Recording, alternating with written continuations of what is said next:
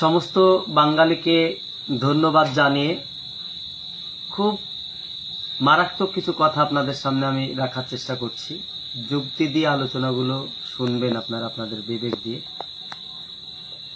পশ্চিম বাংলা এবং পৃথিবীতে যেখানেই বাঙালি আছে না কেন সেখানেই দুর্গা উৎসব হচ্ছে। আমরা চাই দুর্গা পুজোতে মানুষ নিজ নিজ ধর্ম সুন্দর করে পালন করুক, আপন আপন ভগবানকে শ্রদ্ধা করুক, ভক্তি করুক। আমি ব্যক্তিগতভাবে কোনো আপত্তি করি না, বা আমার প্রভু আল্লাহ তাবারাক আপত্তি করেননি। আল্লাহ নিজেই বলেছেন লাকুম দিনুকুম ওয়ালিয়া দিন, যার যার ধর্ম আপন আপন পালন করবে, আপত্তি নেই। কিন্তু খুব দুঃখের সাথে জানাচ্ছি, রাজ্যে যখন সাম্প্রদায়িক সম্প্রীতিকে বিনষ্ট করার জন্য কিছু সংখ্যক মানুষ, সবাই না, ভারতবর্ষের বা পশ্চিমবাংলায় সব মুসলমান খারাপ আর সব হিন্দুরাই ভালো তেমনটা না। হিন্দুদের মধ্যেও খারাপ ভালো মানুষ আছে, মুসলমানদের মধ্যেও ভালো খারাপ মানুষ আছে। পৃথিবীতে সব জায়গায় এই ঘটনাটা, এই বিষয়টা থাকে। আমাদের খাগড়া, বহরমপুর খাগড়া ঘাট, সেখানে পুজো কমিটি সেখানে একটা পুজো তৈরি করেছেন দুর্গা দেবীর হাতে। আমাদের পাকিস্তানের যে শাহবাজ শরীফ তার কাটা মন্ডটা দিয়েছেন, আর তারপরে পরে আমাদের পার্শ্ববর্তী দেশ বাংলাদেশ, তার যে ডক্টর ইউনুস আপৎকালীন প্রধানমন্ত্রী, তাকে পায়ের তলে দিয়ে তার বুকে একটা তীর ফলা মেরে তাকে বানিয়ে দিয়েছে। তার সাথে সাথে ডোনাল্ড ট্রাম্পকে অসুর বানিয়ে এই একটা বিশ্রী একটা কাজ করেছেন। আমি ধর্মীয় ভাবাবেগ থেকে যারা মহাপুরুষ, ধর্মগুরু, যারা ধর্ম সম্পর্কে জানেন, যারা ধর্মীয় কিতাব পড়েছেন, যারা গীতা, মহাভারত, রামায়ণ নানান কিছু পড়েছেন, তাদের কাছে আমার প্রার্থনা যে কোনো মানুষের চরিত্র নিয়ে, কোনো মানুষের ছবি নিয়ে কি পুজো করা যায়, তাকে কি উপাসনা করা যায়, তাকে কি ভক্তি ভজন করা যায়, এগুলো ধর্ম কতটুকু পারমিশন দিয়েছে সেটা জানার বিষয় থাকে। এবং তাছাড়া আর একটি কথা, গোটা পশ্চিমবাংলার মানুষ, মুর্শিদাবাদ জেলার মানুষ, হিন্দু, মুসলমান, জৈন, খ্রিস্টান, সবার জানা দরকার যে আমার যেমন পক্ষেও কিছু লোক আছে, বিপক্ষেও থাকবে। বাংলাদেশের পক্ষেও কিছু লোক থাকে, বিপক্ষ আছে। পাকিস্তানের পক্ষেও লোক আছে, বিপক্ষে আছে। পৃথিবীর সব জায়গায় সবার আছে। আমাদের মমতা ব্যানার্জিরও পক্ষে লোক আছে, বিপক্ষে আছে। নরেন্দ্র মোদীরও পক্ষে আছে, বিপক্ষে আছে। সেসবে ধর্ম পালন করুন নিজ নিজ ধর্মীয় ভাবাবেগে সুন্দর করে। তো এই একটা উস্কানিমূলক কাজ বলে আমার মনে হয়েছে। আগামী দিন পূজা কমিটি এবং রাজ্য সরকার এবং ধর্মগুরুরা এর কতটুক যথার্থ আছে, এর কতটুক উপকারিতা আছে, এর কতটুক ধর্ম পারমিশন দেয়, সে নিয়ে আলোচনা করা দরকার। দ্বিতীয় বিষয় যেটা আমরা মুর্শিদাবাদ জেলায় আর একটি প্রান্তর ফারাক্কা, যেটা আমরা শিবতলাতে দেখলাম। শিবতলা, ফারাক্কা শিবতলায় সেখানে 25-30 গড় হিন্দু বন্ধুরা বসবাস করেন। ওরা এবছর প্রথম তারা দুর্গাপুজো অনুষ্ঠান করছে এবং যাবতীয় সহযোগিতা পার্শ্ববর্তী মুসলমানেরা করেছেন। এমনকি সেখানকার হিন্দুরা এতটাই উদারতা দেখিয়েছেন যে পুজো প্যান্ডেলের মাঝে ওরা টাইপ করে একদম সুন্দর করে পিন করে, প্লাস্টিক পিন করে ওরা নামাজের টাইম দিয়ে দিয়েছেন যে এই টাইমে নামাজ হবে, এই টাইমে আজান হবে, এই টাইমে আমাদের ঢাক ঢোল বাজানো এবং আমাদের বাজনা বাজানোটা বন্ধ রাখা দরকার আমাদের। তারা মনে করেছে বলে এখানে ধর্মীয় ভাবাবেগ থেকে নিজেদের মধ্যে ভ্রাতৃত্ব বন্ধন আবদ্ধ থাকার জন্য, নিজেদের মধ্যে ভালোবাসাটাকে জাহির করার জন্য, নিজেদের মধ্যে আরো ঐক্যটাকে ফিরিয়ে নিয়ে আসার জন্য ওখানকার হিন্দু মুসলমানদের যে ভালোবাসা, ওরা নিজেরাই তাদের দায়িত্ব পালন করে আজ তারা নামাজের সময় একই দম একদম মসজিদের প্রাচীর ঘিসা তাদের প্যান্ডেল। অত্যন্ত খুশি হলাম আজকে, তাদেরকে ধন্যবাদ জানাই। ফারাক্কার ওই দুর্গাপুজো কমিটিকে ছোট হলেও তাদেরকে ধন্যবাদ জানাচ্ছে, ছোট পূজা হলেও তাদের ধন্যবাদ জানাচ্ছে। আজ তারা মানবতার নজির তারা তৈরি করে দিয়েছেন। আজ গোটা পশ্চিমবাংলা, ভারতবর্ষে যখন ধর্ম নিয়ে যুদ্ধ চলছে, তা নানান জায়গায় যখন আই লাভ মোহাম্মদ নিয়ে দাঙ্গামা হাঙ্গামা চলছে, নানান মানুষকে গ্রেপ্তার করে জেলেবন্দি করা হচ্ছে, পশ্চিমবাংলায় বিভিন্ন প্রান্তরে পুলিশ গিয়ে যখন জোর করে আই লাভ মোহাম্মদ ব্যানার যখন নামিয়ে দিচ্ছে, নানান জায়গায় যখন মেলা কিছু হচ্ছে, বিজেপি থেকে শুরু করে যারা আমি নাম করে বলছি না, অনেক মানুষ যখন হিন্দু মুসলমান করে রাস্তায় নেমে যখন নিজেদের মতো বিভেদ সৃষ্টি করছে, তখন ফারাক্কার এই শিবতলার মন্দির কর্তৃক শিবতলা দুর্গা মন্দিরের যে দুর্গা পুজো কমিটি, তারা নজির তৈরি করলেন। তাদের দুর্গা দেবীর প্যান্ডেলে নামাজের টাইম নির্ধারণ করে এই টাইমে মাইক বাজানো বন্ধ থাকবে, এইটা তারা ঘোষণা করেছেন লিখিত। ধন্যবাদ জানাই। তাই পশ্চিমবাংলা মুর্শিদাবাদ জেলার সমস্ত মানুষকে আজ আমরা মিলেমিশে একাকার থেকে একই কলেজে ইউনিভার্সিটির হাটে বাটে যেমন করে আমরা থাকি, পড়াশোনা করি, আসুন আমরা হিন্দু মুসলমান কাঁধে কাঁধ মিলিয়ে আবারও সেই কথাটাই বলি, এক বৃন্তে দুইটি কুসুম, হিন্দু মুসলমান, মুসলিম তার নয়নমণি, হিন্দু তার প্রাণ। জয় হিন্দ, ভারতবর্ষ জিন্দাবাদ। মুসলমানদের মসজিদে আজান হচ্ছে, মন্দিরে পুজো হয় বলে মাহরয় দুইটি ছেলে হিন্দু মুসলমান। মন্দিরেতে ঘন্টা বাজে, মসজিদে আজান একটা ভাগি করে, মাটির মূর্তি তৈরি করে ভক্তি ভরে পূজা করে, বলেন ভগবান। মাহরয় দুইটি ছেলে হিন্দু মুসলমান একটা ভাগি করে। অতীত রাতে মিনার চোরে আল্লাহু আকবার, আল্লাহু আকবার। অতীত রাতে মিনার চোরে উচ্চ স্বরে আজান পড়ে দয়াল খোদাই ডাকে তারে, বলেন রহমান। মাহরয় দুইটি ছেলে হিন্দু মুসলমান। মন্দিরে পুজো হচ্ছে, মসজিদে আজান, হেদায়েতের মালিক আল্লাহ।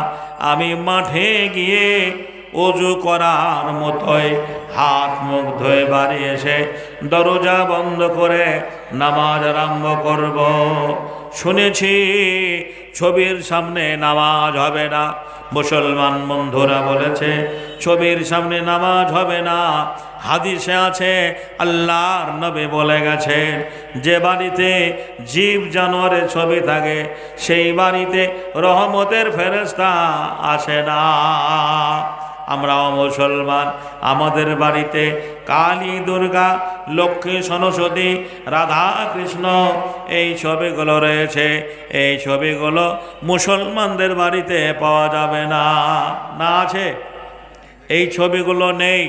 তবে যখন সিনেমার বাজার ছিল, মাঝে মাঝে ভিডিও হল গ্রামে ছিল, তখন জয়াপ্রদা, হেমা মালিনী, মাধুরী, শাহরুখ খান এদের বাজার ছিল।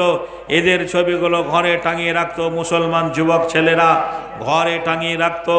আর তাছাড়া ছবি দেখার জন্য তো মেশিন আছে। এ মেশিন কেমন মেশিন? বলে চোখ গেল, কান গেল, মান গেল, ইমান গেল রে, ডিসাউন্ড নাই টিভির জ্বালায়। নাউজুবিল্লাহ, নগ্ন ছবি ফেলছে বেকায়দায়, ডিসাউন্ড নাই টিভির জ্বালায়। বড় সাহেবের বেবেরা সব বেশি আর দেখে, কসমেটিক আর লিপস্টিক ঠোঁটে মুখে মেখে। বেগম কোথায় নাচর জমাই সাহেবের নাই জানা, বলো ফিল্মের রঙিন আলোয় বাবু যে রাত কানা, ডিসাউন্ড নাই টিভির জ্বালায়, সিডির জ্বালায়। দুনিয়া পাগলা হয়ে গেছে। আজ মানুষ সিডি, টিভি বন্ধুরে আমার আর নেই, এসেছে মোবাইল। সুবহানাল্লাহ।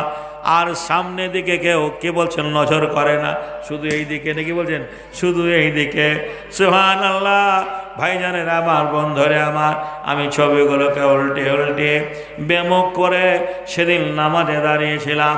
আল্লাহকে বলেছিলাম, আল্লাহ গো, আয় রব্বুল আলামিন, আমি বেদিনের ছেলে, আমার নামাজকে তুমি কবুল করে নিও। আর কতকাল থাকিবে রে তোরা বেনামাজি হইয়া, পিছন দিকে চাইয়া দেখ তোদের বেলা গেল বইয়া। মুসলিম ঘরে জন্ম লয়ে নামাজি পড়লি না, ছোট থেকে বড়ই হলি মসজিদ চিনলি না, গায়ের জোরে সবই করলি ইমান আনলি না, পেটের জ্বালাই সবই খেলি হারাম হালাল বুঝলি না, মাহারালি মাফারালি কেঁদে কাউকে পেলি না, ছোট থেকে বড়ই হলি, কোরআন হাদিস মানলি না, এই তো তোর আল্লাহর বান্দা। বলবে কি গিয়ে তারে, গোরের মাঝে আযাব হবে, কানবে বারে বারে। জেল খাটিয়ে ছাড়বে রে তোর, পাবি কত সাজা। পুলিশের হাতে পার হতে তুই, দেখবি তাতে মজা। জাহান্নামী হবি রে তুই, নামাজ পড়লি না। পবিত্র রমজান মাসে রোজা রাখলে না। আমি পরের দিন স্কুলে গেলাম, সহপাঠী মুসলমান ছেলেদের বললাম, ভাই তোরা যে নামাজ পড়িস, ওই নামাজের কায়দাকরণ আমাকে শিখিয়ে দিতে হবে, জানিয়ে দিতে হবে। মুসলমানের ছেলেরা আমাকে বলেছিল, দেখ মিলন, আমরা মুসলমান বটে, কিন্তু ঈদ একবার যাই, বকরিদ একবার যাই, সবাইরা করে, আমরাও তাই করি। আমি বেদিনের ছেলে, মুসলমানদের কাছ থেকে নামাজের কায়দাকরণ জানতে পারলাম না। একদিন বাংলায় একটা দিনিয়াত শিক্ষা বই চোখে পড়ল। আজও বইটা বাজারে কিনতে পাওয়া যায়। দিনিয়াত শিক্ষা বইটা আমি কিনে রাত্রিবেলায় পড়ে দেখছি আরবি ভাষায় লেখা আছে। তখন আমি বেদিনের ছেলে, আরবি পড়তে জানতাম না।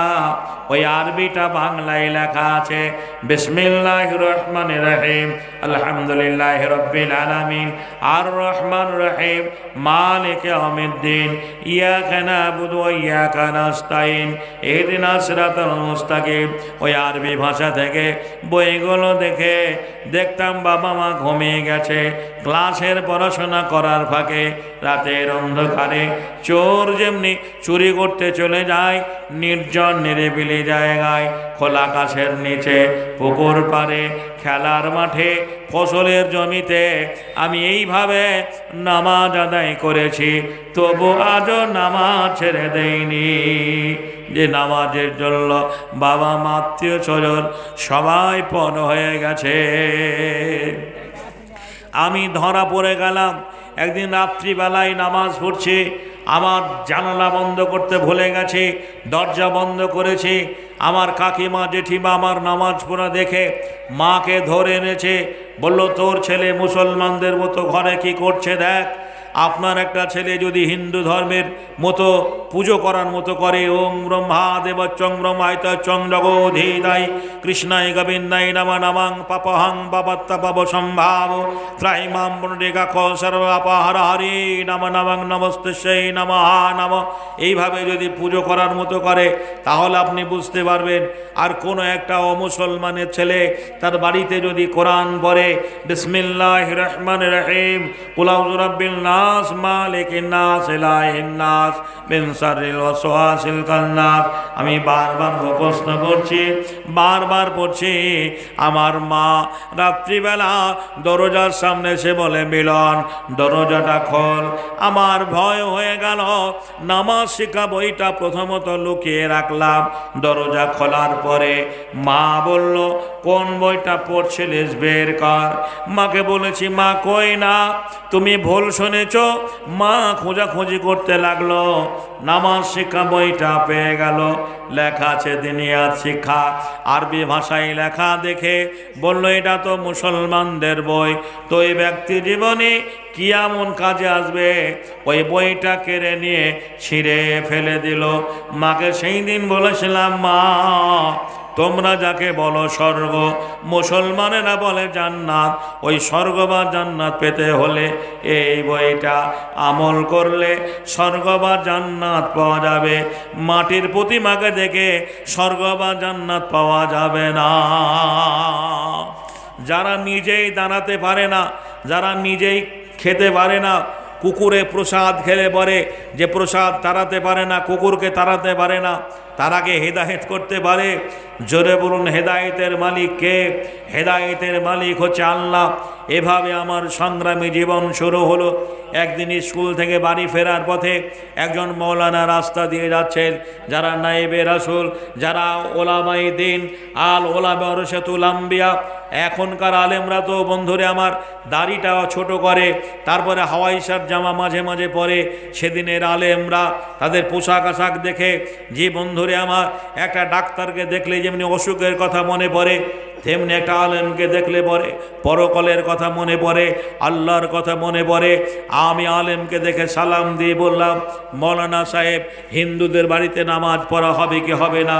হিন্দু মুসলমান গায়ে লেখা নেই। আপনার আমাকে যে পোশাকে দেখতেন এমনি পোশাক তখন আমার ছিল না। আমি করলাম কি, জি আমি বললাম রব্বুল আলামিন সব নামাজ আমার বেকার হয়ে গেছে, বৃথা হয়ে গেছে। উনি বললেন ওরা পেচ্ছাপ করে পানি নেয় না, নাপাক অবস্থায় থাকে, বিভিন্ন রকমের দেবদেবীর পুজো হয়, ওদের বাড়িতে নামাজ না পড়াটাই ভালো। আমি বাড়িতে নামাজ পড়া বন্ধ করে দিলাম। দেখলাম না, আমাকে এভাবে লুকিয়ে লুকিয়ে নামাজ আদায় করতে হবে। ক্লাসের পড়াশোনা করার পরে রাতের অন্ধকারে চোর যেমনি চুরি করতে চলে যায়, আমি নির্জন নিরিবিলি জায়গায় খোলা আকাশের নিচে পুকুর পাড়ে খেলার মাঠে নামাজ আদায় করতে গিয়ে একদিন ধরা পড়ে গেলাম। পার্শ্ববর্তী গ্রামের একটা মুসলমান আমার নামাজ পড়া দেখে ফেললো। বলল, তুমি তো হিন্দুর ছেলে, গতকালকে এই মাঠে এই জায়গায় তুমি নামাজ পড়েছিলে, তোমার মাথা কি খারাপ হয়ে গেছে? বললাম, চাচা আমি অমুসলমান হলেও নামাজকে শ্রদ্ধা করি, নামাজকে ভালোবাসি। মুসলমান লোকটা কেঁদে ফেললো, বলল, আমরা অনেক শান সূত্রে মুসলিম হয়েও 5 ওয়াক্ত নামাজ আমরা সময় দিতে পারিনি, শুক্রবার জুমায় যাই। আচ্ছা ঠিক না বে ঠিক বলুন? শুক্রবারের দিন মসজিদে মুসল্লিতে জায়গা হয় না, নাকি বলছেন? গোটা মসজিদ ভরে যায়। শুক্রবারে যেভাবে আমরা নামাজ পড়ি, অন্য ওক্তে সেইভাবে নামাজ আমরা পড়ি না। যদি অন্য ওক্তে সেইভাবে নামাজ পড়তাম তাহলে গ্রামে বেনামাজি থাকতো না, সবাই ইমানদার হয়ে যেত। কিন্তু শুক্রবারকে আমরা গুরুত্ব দিই, জুমার নামাজটাই পড়ি, বাদবাকি আমরা কোনো নামাজে গুরুত্ব দেই না। মুসলমান লোকটা বলল, জুমার দিন একদিন যাই, ঈদ বকরিদে নামাজ পড়ি, তুমি একটা মুসলমানের ছেলে হয়ে আল্লাহর ভয়ে ভীত হয়ে জান্নাতের আশায় জাহান্নামের আগুন থেকে পরিত্রাণ পাওয়ার জন্য এত কষ্ট করে লোকে লোকে নামাজ পড়ো, কি বলে কৈফিয়ত দেব ভেবেই পাচ্ছি না। মুসলমান লোকটা আমাকে বাড়ি নিয়ে গেল, বলল, তুমি আমার ছেলের মতো, সন্তানের মতো, যখন আজান হবে আমার বাড়িতে অজু করা পানি দেওয়া হবে, যাই নামাজ দেওয়া হবে, তুমি আমার বাড়িতে অজু করে নামাজ পড়ে চলে যাবে। সুবর্ণ সুযোগ এসে গেল, আমার জীবনে নামাজ আর কাজা হয় না। যখন আজান শুনি মুসলমান লোকটার বাড়িতে আমি জোহরের নামাজটা পড়ে আসি, আসরের নামাজটা পড়ে আসি, মগরিবের এশার নামাজটা পড়ে আসে। বাবু গো বলুন, একটা অমুসলমানের ছেলে মুসলিম মহল্লায় প্রতিদিন একটা মুসলমানদের বাড়িতে 5 বেলা যদি যাওয়া আসা করে, লোকে সমালোচনা করবে কি করবে না? যারা যেই প্রকৃতির লোক, যেই ধরনের লোক, সেইভাবে সমালোচনা শুরু হয়ে গেল। বললাম, চাচা আপনাকে যদি কেউ জিজ্ঞাসা করে, জানতে চাই আপনি কি করবেন, বলো তাই তো কি করা যায়? আমি বললাম, কতগুলো মুসলমান ছেলে মেয়েকে ঠিক করে দিন, আমি তাদের টিউশনি করাবো, প্রাইভেট পড়াবো। আমার নিয়াত ইন্নামাল আমালু বিন্নিয়াত, আমার উদ্দেশ্য আপনার বাড়ি নামাজ পড়ার জন্য আসা, কেউ যেন বুঝতে না পারে আমি এমনি কৌশল করে ব্যক্তি জীবনে তার বাড়িতে টানা 2 বছর নামাজ আদায় করেছিলাম। একদিন মুসলমান লোকটাকে বললাম, চাচা আর আমি এই ধর্মে থাকবো না, আমি মুসলমান হয়ে যাব। উনি আমাকে বাধা দিয়ে বলেছিলেন, তুমি পড়াশোনা করে এগিয়ে চলো, সুদূর ভবিষ্যৎ নষ্ট করো না। আমার মরণের ভয় হলো। পথ দুর্ঘটনায় মুসলমান লোকটা রুজি রুটি করতে গিয়ে লরির সঙ্গে অ্যাক্সিডেন্ট হয়ে মারা গেল। ইন্না লিল্লাহি ওয়া ইন্না ইলাইহি রাজিউন। আপনার এতগুলো মানুষ আজকে এখানে বসে রয়েছেন, কালকে কেউ আপনারা রসাকুয়া, কেউ হয়তো দুমোহনা, কেউ হয়তো কি বলছেন কিষানগঞ্জ, কেউ রায়গঞ্জ, বিভিন্ন জায়গায় কাজের সূত্রে আপনাদের ছুটাছুটি করতে হয়। লরিতে, ট্রাকে, বাসে কত মানুষ অ্যাক্সিডেন্ট হয়ে মারা যাচ্ছে আমরা দেখতে পাচ্ছি। আমাদের মধ্যে যে কেউ হারিয়ে যেতে পারে, আল্লাহ ভালো জানেন। মুসলমান লোকটা মারা গেল, আমি তার জানাজায় শরীক হলাম। ইসলাম ধর্মের সবচেয়ে আমাকে আদর্শ কনভিন্স করেছে, ভালো লেগেছে। আমার ফেলে আসা ধর্মের কেউ মারা গেলে পোশাক আশাক পরিবর্তন করা হয় না, ওরা যেভাবে মারা যায় শ্মশানে পুড়িয়ে দেয়, গোসল দেওয়া হয় না। মুসলমানদের একটা গরিব মানুষ মারা গেলেও জীবনের শেষ মুহূর্তে তাকে গরম পানি করে গোসল দেওয়া হয়। জোরে বলুন, হয় না? হয় না? তাকে আতর সুরমা লাগিয়ে আস্তে করে কবরে রাখে। আমি আদর্শটা ভালো ফলো করে আমি ইসলাম ইসলাম কবুল করতে বাধ্য হয়েছে। আমি মাটি দিয়ে বাড়ি এলাম। আমার মা বলল, মিলন তুই কবরস্থানে গেছিলি, ওদের ধর্মে কেউ মারা গেলে শ্মশানে পুড়িয়ে দেওয়ার সময় যদি চিতায় না জ্বলে তাকে বাঁশ দিয়ে পিটাই করা হয়, বাঁশ দিয়ে মারা হয়। বন্ধুরে আমার মা বলল, তুই মুসলমানদের কবরস্থানে গেছিলি, তাকে মাটি দিয়েছিস, তুমি কি করে জানলে? বলে সমাজের কিছু মানুষ তোর বাবাকে শাসন করে গেল, তুই যদি গঙ্গা স্নান না করিস বাড়িতে উঠতে দেওয়া হবে না। মা আমাকে পাথেয় খরচ দিল, আমি পাথেয় খরচ নিয়ে গঙ্গা স্নানের নামে বেরিয়ে পড়লাম। পাশের গ্রামে ফুটবল টুর্নামেন্টে অন্ডের খেলা হচ্ছিল, সারাদিন বল খেলাধুলো করে সন্ধ্যায় ঘরে ফিরলাম। আমার নিয়াত তিন নামাজ আমল বিল নিয়াত, আমার নিয়াত আসরের নামাজটা কাজা আছে, মাগরিব পড়া হয়নি, এখন আজান হচ্ছে, গধূলি লগ্নে মন্দিরে পুজো হচ্ছে, আজানের শব্দ শোনা যাচ্ছে, আমি কোনো একটা জায়গায় নির্জন নিরিবিলি জায়গায় নামাজটা পড়ে নেব। পৌষ মাসের কনকনে শীতে বাড়ি ফেরার পথে আমার একটা চাচাইতো বোন আমাকে দেখে হাওভাও করে কাঁদতে লাগলো। বোনটাকে বললাম, কাঁদছিস কেন রে বোন, কি হয়েছে বল? বোনটা বলেছিল, দাদা স্বভাব তোর পূর্ণ হয়ে যাবে, আর দেরি করিস নে, বাড়িতে কেউ নেই, তোকে যারা দুনিয়া থেকে সরিয়ে দেবে তারা পাশের বাড়িতে নেশা করছে, মাংস দিয়ে মদ খাচ্ছে, তুই বাড়ি থেকে পালিয়ে যা। আপনারা ভুলে গেছেন MLMP হওয়ার জন্য নয়, রাষ্ট্রনায়ক হওয়ার জন্য নয়, সারা সার্বভৌমত্বে একত্ববাদের কথা মানুষের দরে পৌঁছে দেওয়ার জন্য যে দায়িত্ব আমার রাসূলকে দেওয়া হয়েছিল, সেই দায়িত্ব পালন করতে গিয়ে একদিন মক্কার কাফেররা রাসূলের বাড়িটা চারিদিক থেকে ঘেরাও করলো। নিজের বিছানায় হযরত আলীকে রেখে একটা চাদর চাপিয়ে দিয়ে গভীর রাত্রে সুড়ঙ্গ পথ ধরে আবু বকর দরজায় গিয়ে বলেছিলেন, আবু বকর চলো, আজ মক্কাবাসী ঘুমিয়ে গেছে, কেউ আজ জানতে পারবে না, আজ আমাদের মদিনায় চলে যেতে হবে। আল্লাহ রাসূল যে বছর হিজরত করেছিলেন, ইতিহাসের পাতায় তাকে হিজরত বলা হয়েছে। বুখারী হাদিসে রয়েছে, গারে সুর বলে একটা জায়গায় আল্লাহ রাসূল আত্মগোপন করলেন, যেখানে বিষধর সাপে আবু বকর সিদ্দিককে দংশন করেছিল। ইতিহাসটা বড় লম্বা। বোনটাকে বললাম, পরনের একটা আমার খেলার গেঞ্জি, এই শীতের রাতে আমাকে জামা কাপড়গুলো এনে দে, আমি কাউকে চিনি না, কেউ আমাকে চেনে না, আমি কোথায় যাব বল? বারবার বলেছিল, দাদা তুই বাড়ি থেকে পালিয়ে যা।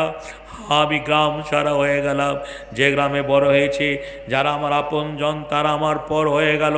ওই তো আমার গ্রামের মানুষ আমাকে ধরার জন্য, তল্লাশি করার জন্য হই হল্লোড় করে লোক বেরিয়ে আসছে। এখনই যদি রাস্তা দিয়ে যায়, রাগে বশীভূত হয়ে তারা মেরে দেবে। আল্লাহ আমার দ্বারা দিনের খেদমত করে নেবেন বলে আজও আল্লাহ আমাকে বাঁচিয়ে রেখেছিলেন। আমি একটা গাছে উঠে পড়লাম, এটা আপনাকে বাস্তব ঘটনা বলছি, আপনাকে কোনো বই পুস্তকে তুলে এনে মুখস্থবিদ্যা শোনাচ্ছি না। আমি সারা রাত গাছে কাটিয়ে দিলাম, কত শিশির কত কুয়াশা আমার উপর দিয়ে চলে গেল। ফজরের আজান ভেসে এলো, আসসালাতু খায়রু বিদান দাও। ওই তো মুসলমানদের মিনারে আজান, নামাজি মুসল্লিরা নামাজ পড়তে আসবে। আমি ভোরবেলায় গাছ থেকে নেমে মুসলমানদের গ্রামে মসজিদের দরজায় এসে বলেছিলাম, ওগো আমি একটা বেদিনের ছেলে, আপনাদের কাছে এসেছি আমি কালেমা পড়ার জন্য, আপনারা আমাকে কালেমা পড়িয়ে মুসলমান করে নিন। মুসলমানদের দুটো দল হয়ে গেল, একটা দল হলো হিজবুল্লাহ, হিজবুল্লাহ দল মানে আল্লাহর দল, আর একটা দল হলো রাজনীতির দল। আল্লাহর লোকেরা বলল আমরা লোকটাকে ছেলেটাকে মুসলমান করে নেব, আর যারা রাজনীতির দলের লোক তারা বলল আমরা যদি মুসলমান করি কালকে বাজারে চায়ের দোকানে পার্টি অফিসে দেখা হবে, বলবে সালাম ভাই রহিম দা তুমি আমাদের ছেলেটাকে মুসলমান করে নিয়েছো। তাদের মরণ্য জয় করার জন্য মুসলমান নেতারা থানায় খবর দিলেন, পুলিশের গাড়ি এলো। যাদের স্নেহ ভালোবাসা পাওয়ার জন্য আমি ছুটে এসেছিলাম, স্নেহ ভালোবাসার বিনিময়ে মুসলমানদের মসজিদ থেকে প্রশাসন আমাকে ধরে নিয়ে গেল। সারাদিন লোকাপে 3 দিন বন্দি থাকলাম, মারের যন্ত্রণা সহ্য করতে না পেরে আমি বলেছিলাম, স্যার আমাকে মারবেন না, আমি চোর নই, চোরের ভাই নই। ভারতবর্ষ গণতান্ত্রিক দেশ, এই দেশে খ্রিস্টান কেউ যদি অন্য ধর্ম গ্রহণ করে, হিন্দু অন্য ধর্ম গ্রহণ করে, বন্ধুরে আমার ভাইরা আমার, সে অধিকার তাকে দেওয়া হয়েছে। বর্তমান ভারতবর্ষে কেউ যদি অমুসলমান ইসলাম কবুল করে তাহলে তার প্রতি বাধা হবে, কিন্তু কোনো মুসলমান যদি অন্য ধর্ম গ্রহণ করে কোনো কিছু যায় আসে না। আমরা দেখতে পাচ্ছি হাজারো মুসলমানরা অন্য ধর্ম গ্রহণ করছে, খ্রিস্টান হয়ে যাচ্ছে, বৌদ্ধ হয়ে যাচ্ছে, কোনো রকমের অসুবিধা হয় না। কোনো বিধর্মী যদি ইসলামের পক্ষে কথা বলে, ইসলাম কবুল করে, তাকে দেশ ছাড়তে হবে। তার প্রমাণ ডাক্তার জাকির নায়েক সারা পৃথিবীতে একজন কি বলছেন আজকের যুগে বন্ধুরে আমার, জি আপনার কি বলছেন কম্পিউটার বলা যেতে পারে, সেই মানুষটা ইসলামের পক্ষে কথা বলার জন্য তাকে এই দেশ ছেড়ে মালয়েশিয়ায় চলে যেতে হয়েছে। বন্ধুরে আমার, ভাইয়েরা আমার, আমি থানায় লোকাবে 3 দিন থাকার পরে ইসলামের যারা চরমতম শত্রু তারা আমার নামে কেস এফআইআর করলো। মুর্শিদাবাদ জেলার প্রাণকেন্দ্র বহরমপুর, আমি কারা জেলে 3 মাস সময় 90 দিন থাকলাম। 90টা দিন জেলে ছিলাম। আমার আত্মীয় স্বজন আপনজনেরা মাঝে মাঝে জেলখানায় দেখতে যেত। জেল সুপার বলেছিল, তুমি ভালো ছাত্র, সুদূর ভবিষ্যৎ নষ্ট করো না, তুমি তোমার ধর্মে ফিরে যাও। আমি বলেছিলাম ভালো মন্দের মালিক আমার আল্লাহ, সারা জীবন যদি রেখে দেন তাও ভালো, কখনো কোনো দিন আর আমি আমার ধর্মে ফিরে যাব না। আমাকে কোর্টে উঠানো হলো। জজ বললেন, তুমি কেন মুসলমান হবে? মুসলমানরা কি লোভ দেখিয়েছে, প্রলোভন দিয়েছে? আমি বলেছিলাম, না স্যার, মুসলমানরা কেউ প্রলোভন দেয়নি, লোভ দেখায়নি। আমি কোনো মুসলিম মেয়ের প্রেমে পড়ে নয়, আমি স্বেচ্ছায় সুস্থ সবল মস্তিষ্কে আপন ইচ্ছায় ইসলাম কবুল করতে এসেছি। ভারতীয় সংবিধানের প্রতি আস্থা রেখে আমি ভারতবর্ষের সুনাগরিক হয়ে সরকার মহোদয়ের কাছ থেকে রেজলিউশন করে এফিডেভিট করে আমি হয়ে গেলাম আপনাদের ধর্মীয় ভাই। জোরে বলুন আলহামদুলিল্লাহ। ভাইজানেরা আমার, ভাইয়েরা আমার, আমি আমার ব্যক্তি জীবনে বাপের আমি একটাই ছেলে, আর আমার কোনো ভাই ছিল না। 2টো বোন, তাদের বিয়ে হয়ে গেছে। আজও বাবা মা আত্মীয় স্বজন আপনজনেরা বেঁচে আছে। শুধু ঈমান আনার জন্য সর্বস্ব সব কিছু পরিত্যাগ করে আমি ইসলাম কবুল করেছি। আপনাদের কাছে সার কথা হচ্ছে এটাই, আমি যদি একটা বেদিনের ছেলে হয়ে আমার পাশে দাঁড়িয়ে আছেন ভাইয়ের আমরা আব্দুল ওদুদ, এই বেদিনের ছেলে সারা বাংলায় বক্তৃতা করতে গিয়ে আমার কাছে 17 জন ভাই ইসলাম কবুল করেছেন। রিসেন্টলি একজন এই লকডাউনের কি বলছেন 2 বছর লকডাউনের মাঝে আমার এলাকার একজন মুসলমান অমুসলমান ইসলাম কবুল করেছিলেন সপরিবারে, 2টো ছেলে আর স্ত্রী। আর সে বন্ধুরে আমার আরএসএসের লোকেরা করোনা হয়েছে বলে বাড়ি থেকে উঠিয়ে নিয়ে গিয়ে মাঠে তাকে পেট্রোল ধরে পুড়িয়ে দেওয়া হয়েছে। বন্ধুরে আবার ভারতবর্ষে মুসলমানদের ক্ষমতা নেই, সব ক্ষমতায় তাদের। তাই আমরা সেদিন ডুকরে ডুকরে কেঁদেছি। ছেলে 2টো আজও বেঁচে রয়েছে। আমরা এলাকার কিছু মুসলমানদের কাছ থেকে চাঁদা বর্তা তুলে এটা টোটো কিনে দেওয়ার ব্যবস্থা আগামী দিনে করেছি। বন্ধুরে আমার, ভাইয়েরা আমার, সারা বাংলায় বক্তৃতা করতে গিয়ে আমার কাছে 17 জন ভাই ইসলাম কবুল করেছেন, মুসলমান হয়েছেন। তার মধ্যে আব্দুল ওদুদ ভাইকে দেখতে পাচ্ছেন। আপনার জেলার মানুষ এই জেলায় বাড়ি, ইসলাম কবুল করে কালেমা পড়ে মুসলমান হয়েছেন সপরিবারে, ছেলে মেয়ে সবকে নিয়ে। মগরিবের আগে, মগরিবের পরে, মগরিবের নামাজের পরে তাকে একটু সময় দেওয়া হয়েছিল, তখন লোকজন হয়তো ছিল না। উনি 2টো কথা আলোচনা করছিলেন আপনাদের সামনে। আমি আপনাদের কাছে যেটা বলতে যাচ্ছিলাম, সত্যই বড় কষ্ট হয়, দুঃখ লাগে। একটা কথা আপনাদের বলবো, রাসূলের জামানায় যারা ইসলাম কবুল করেছিলেন তাদেরকে মুহাজিরিন রাসূলের জামানায় যারা ইসলাম কবুল করেছিলেন তাদেরকে সাহাবী বলা হয়। এই সাহাবীরা যখন মক্কা ছেড়ে মদিনায় চলে গেলেন, তো মদিনার আনসারীরা সার্বিকভাবে সাহায্য করেছিলেন, অর্থ দিয়ে, জমি দিয়ে, জায়গা দিয়ে, এমনকি নিজের বিবিকে দিয়েও। বর্তমানে আজকে কেউ যদি ইসলাম কবুল করে সারা জীবন তাদেরকে নবমুসলিম হতে হয়, থাকতে হয়। কারণ একটাই, মুসলমানদের সেই সংস্থা আছে, সেই অর্থ আছে, সেই টাকা আছে, কিন্তু ঠিকভাবে তারা পায় না। কেননা ফেতরা, কোরবানি, ওষুধ, জাকাতের মাল কারা কারা পাবে এই কথাটা আল্লাহ বলতে গিয়ে 8টা হকদারের কথা বলেছেন। ওখানে ইয়াতীমের কথা বলেছেন, মিসকিনের কথা বলেছেন, অসহায় দুস্থ মানুষের কথা বলেছেন, জিহাদ ফান্ডের কথা বলেছেন। আমাদের মতো মানুষের কথা মাথায় রেখে আল্লাহ বলেছেন মুআল্লিফাতুল কুলুব, যারা ধর্মান্তরিত মানুষ সর্বস্ব সব কিছু পরিত্যাগ করে ইসলাম কবুল করেছে, মুসলমান হয়েছে, এরা তোমার দিনী ভাই, এই দিনী ভাইদের প্রতি তোমরা লক্ষ্য রাখবে। আজকে সর্দার যাকে করা হয়েছে, সমাজের নেতা যাকে করা হয়েছে, এই সর্দার মূল মাতব্বর যুবকরা বন্ধুরে আমার যেভাবে টাকা বিলি করে সেইভাবে যদি লক্ষ্য রাখে, এই নবমুসলিমের প্রতি একটু লক্ষ্য রাখতো, তাহলে একটা নবমুসলিম 10টা টোটোর মালিক হতো। এটা বাস্তব সত্য বলছি বন্ধুরে আমার, ভাইয়ের আবার। আমি 1992 সালে বাবরি মসজিদ ভাঙার পরে 93-এর ফার্স্ট ইয়ার ইসলাম কবুল করেছি। বর্তমানে আজও আমার বাড়ি ঘর দেখলে পরে 20-25 বছর আগে এই জেলার মানুষ মোবাইলের জন্ম ছিল না, গাড়ি ভাড়া করে আমাকে দাওয়াত দিয়ে এসেছেন।